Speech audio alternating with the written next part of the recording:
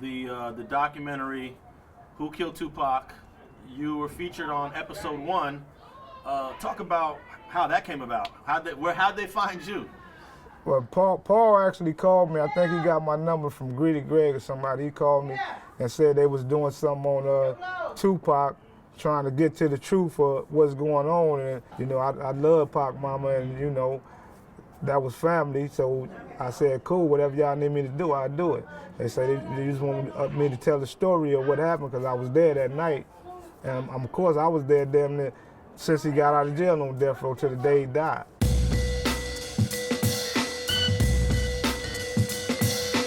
You were in the caravan? Yeah. Or were you just in Vegas? No, I was in the caravan. Okay, what car were you in when this whole thing happened? When this whole thing happened, by the grace of God, we was like this, side by side. Cause we was the crazy niggas from death row, and then, you know, Suge, most niggas was scared of Suge. We clowned with him, so we was on the side of him and Pac, laughing, going down Las Vegas Boulevard. But it so happened when the lights turned red, it was turning red. We went through the light, and Suge and them stopped. Okay, you guys went straight. We went straight, and they stopped. And so we kept going for like 2 lights and pulled over. And shit, we was waiting for him for about 2 or 3 minutes, and we said, fuck it, we'll just meet him at the club. So we went on 662, and we heard sirens and shit on the way there, but we, you know, it wasn't no, we never thought nobody could fuck with Death Row, because the entourage, we was about shit, 30 cars deep. We went to Suge house and all kind of shit. So we thinking if anything happened, we didn't fuck some people up. So you guys went to the red light right before the Cadillac pulls up? Yeah. Okay, yeah. Now, apparently Keefy D already made a statement and spilled the beans on it. I guess, I mean, it could be talked about now. He just pretty much identified everybody in the car and how it went down. You know, what's your whole view of like how that happened and why that happened? Well, my whole view of it is I think it went down just how they said it went down. You believe Keefy D's statement? I believe somewhat of it. I don't believe everything. I believe somewhat of it. Me too. Because it's kind of accurate. Yeah. And plus, I was there when we was checking in the Lexo at the same time. Suge and them was running out from MGM. When they ran out of MGM, they ran straight into the Lexo. Bam, and we seen them. Suge seen me and said, come here, Low. I said, what? He said, nigga, you got some money on you? I said, nigga, what you talking about? Yeah, he said, give it here. I said, I gave the nigga probably 300 or 400. He gave it to some bellhop white nigga, and then that's when he told me they just whooped on some motherfucking niggas' ass. And shit, I said, did y'all fuck them up? Where they at? He said, the niggas we fucked them niggas up, it's over. He said, get ready, we finna get ready to go to the club. So we went and checked in our room, they went and checked in their room, and we all met back up downstairs, waiting for all the caravan to get ready. And it was Pac, we was down there taking pictures right before we took off. Well, I told you we went to the 662, so we in the 662 chilling. Hammer came and told me, he said, Low, we gotta go to the hospital. Suge and them just got shot. Suge and Pac got shot. So we left and went to the hospital.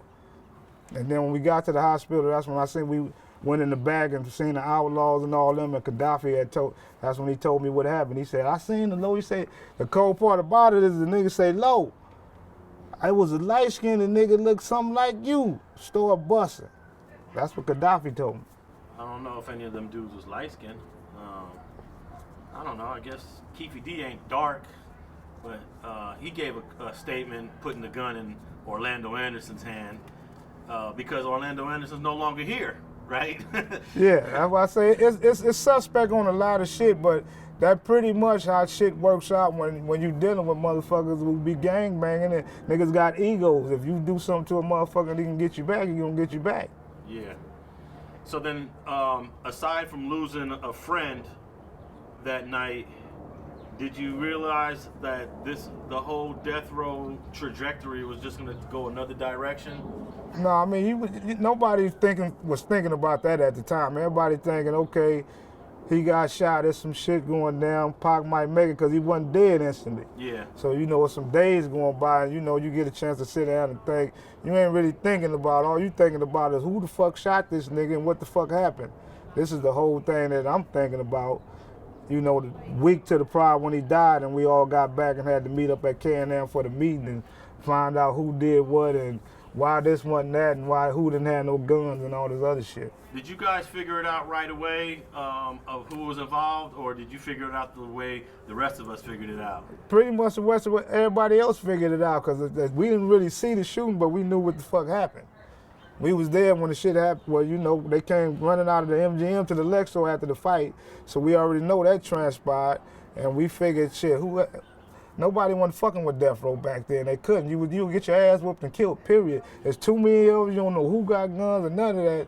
So it was like we wasn't suspecting nobody to do shit, so it was obvious that it could have been them. Yeah, it's pretty, I guess there's no other. Yeah, who else gonna do, who gonna try some shit like this?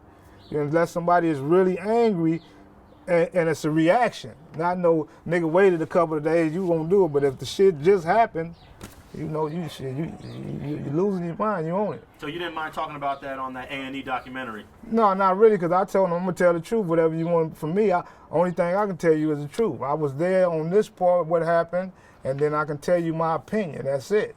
But all my shit is known to be the truth, nothing but the truth, so help me God. Okay, so now you develop a relationship with one of the producers on the show, Paul, you mentioned a moment ago, and that leads to this new music project that you're a part of. Tell us about that, and how did that come about? Well, yeah, Paul told me that, yeah, he was doing the whole documentary, but he said on top of the documentary that he wanted to do some music with it. And I said, yeah, I'm with it, man. That's what you want to do. I'm open. What you want to do? So he had his track. He had the track called Still Thuggin'. And he said, I'm going to send you this motherfucking track, and then you tell me what you think. And the nigga sent me the track, and it was a banger, and it reminded me of some Death Row shit. It reminded me of some Tupac shit.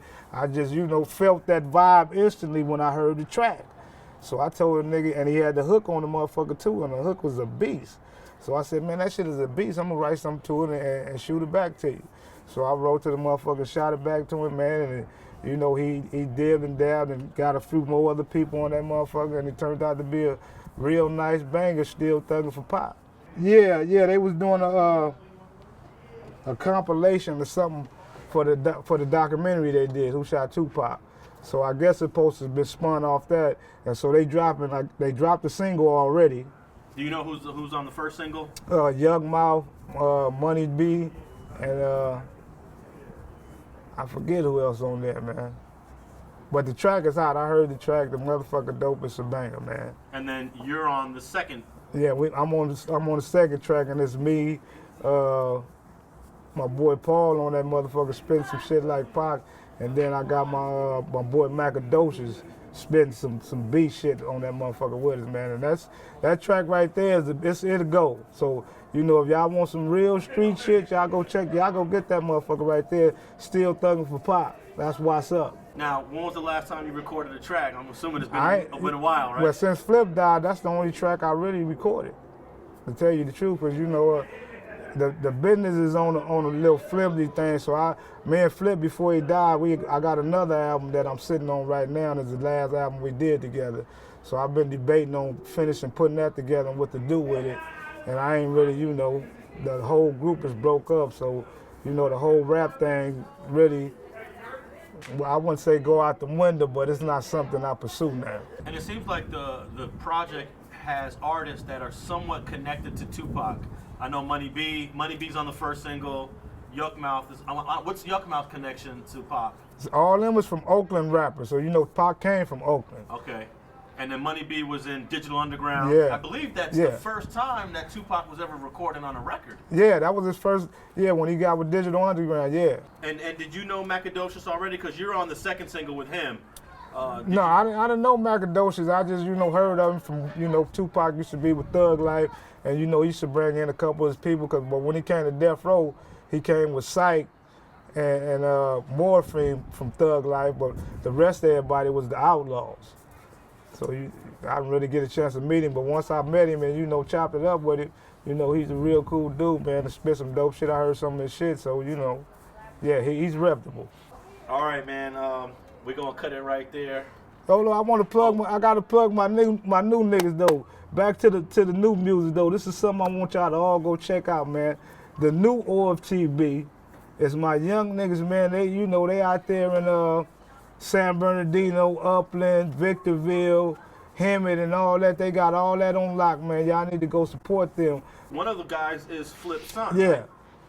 Young Kilo, that's Keyshawn. That's Flipside O.F.T.B. My nigga Young Kilo and his boy Bino, man, they got a song out called Bands, man, but y'all go look them up on YouTube. The new O.F.T.B, man, you know, they the new O.F.T.B, but they keeping the movement going. They still some young characters operating from the bottom trying to get out the ghetto, so y'all go support them. They the new upcoming. The new O.F.T.B, go get them. Thanks for watching StreetGangs.com. Please like and share the video you just watched and leave a comment below to tell us what you think. You can also watch 2 of our previous episodes to the right. Please visit the link to our Patreon page and support our campaign. And don't forget to subscribe.